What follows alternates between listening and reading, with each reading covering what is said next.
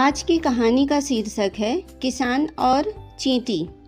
तो देखते हैं आज इस कहानी से हमें क्या सीख मिलती है।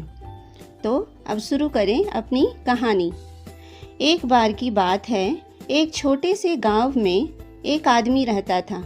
वह एक किसान था और उसके पास ज़मीन का एक छोटा सा टुकड़ा था, जहां वह अपने परिवार का समर्थन करने के लिए फसलें उगाता था। वह एक मेहनती आदमी था और लंबे समय तक अपने खेतों की देखभाल करता था। एक साल भयंकर सूखा पड़ा और आदमी की फसल मुरझाने और मरने लगी। अपने सर्वोत्तम प्रयासों के बावजूद वह जानता था कि उसके पास सर्दियों में अपने परिवार का भरण पोषण करने के लिए पर्याप्त भोजन नहीं होगा।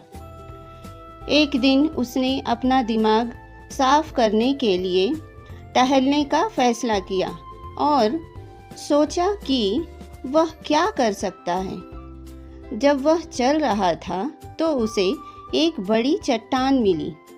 उसके रास्ते में बाधा बन रही थी।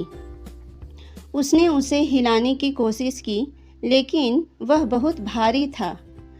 हार मानकर वह आदमी चट्टान के पास बैठ गया और रोने लगा। जब वह वहाँ बैठा तो उसने देखा कि एक छोटी सी चींटी ज़मीन पर रेंग रही है। चींटी भोजन का एक बड़ा टुकड़ा ले जा रही थी, जो उसके अपने शरीर से बहुत बड़ा था।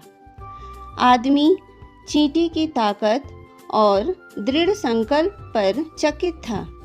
उसने चींटी को चट्टान पर चढ़ते हुए देखा और अपनी यात्रा जारी रखी। चींटी की दृढ़ता से प्रेरित होकर वह आदमी उठा और चट्टान को फिर से हिलाने की कोशिश की। इस बार उसने अपनी पूरी ताकत उसमें लगा दी और चट्टान को रास्ते से हटाने में सफल रहा। उन्होंने महसूस किया कि अगर एक छोटी सी चींटी इतनी बड़ी चीज़ को हिला सकती है, तो वह अपनी चुनौतियों और बाधाओं को दूर कर सकता है। वह आदमी नई ऊर्जा और दृढ़ संकल्प के साथ अपने खेतों में लौट आया। उसने पहले से कहीं ज़्यादा मेहनत की और सूखे किए बावजूद फसल उगाने के नए तरीके खोजे।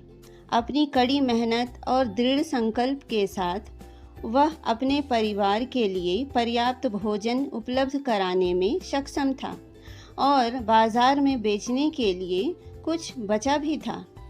साल बीतते गए और वह आदमी इस क्षेत्र के सबसे सफल किसानों में से एक के रूप में जाना जाने लगा। वह चींटी से सीखी सीख को कभी नहीं भूला और कड़ी मेहनत करता रहा और दृढ़ संकल्प के साथ बाधाओं को पार करता रहा।